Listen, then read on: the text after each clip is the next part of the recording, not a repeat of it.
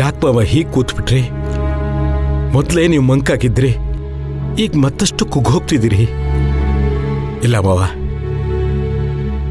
ನೀವು ಧೈರ್ಯವಾಗಿದ್ರೆ ನಾವೆಲ್ಲ ಗೆಲುವಾಗಿರ್ತೀವಿ.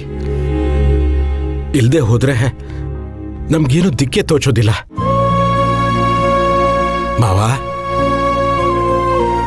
ಏನಾದ್ರೂ ಹೇಳಿ ಮಾವ. ಏನ್ ಹೇಳಿ ಅಳಿ ಅಂದ್ರೆ, ಈ ಮನೆಗೆ ಲಕ್ಷ್ಮಿ ಕಳೆ ತುಂಬಿಕೊಂಡಿತ್ತು. ಈಗ ಸ್ವಲ್ಪ ಸ್ವಲ್ಪವಾಗಿ ಕಳೆ ಕುಂದುತ್ತಾ ಇದೆ.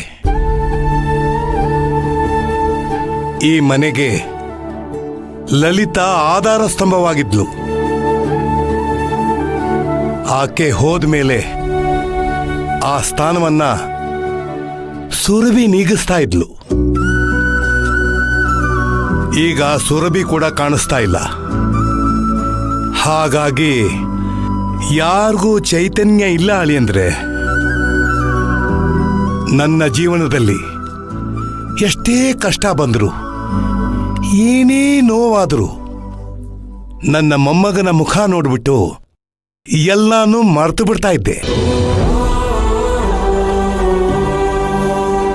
ಆದ್ರೆ ಇವತ್ತವನ ಒದ್ದಾಟ ನೋಡಕ್ಕಾಗ್ತಾ ಇಲ್ಲ.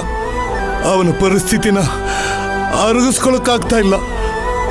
ವಯಸ್ಸಾದ್ಮೇಲೆ ತುಂಬಾ ನೋವು ಕೊಡೋ ಸಂಗತಿ ಏನ್ ಗೊತ್ತಾಳಿ ಅಂದ್ರೆ, ನಮ್ಮ ಮುಂದಿನ ಪೀಳಿಗೆ ನಮ್ಮ ಕಣ್ಣೆದುರಿಗೆ ಕಷ್ಟ ಪಡೋದನ್ನ ನೋಡೋದು.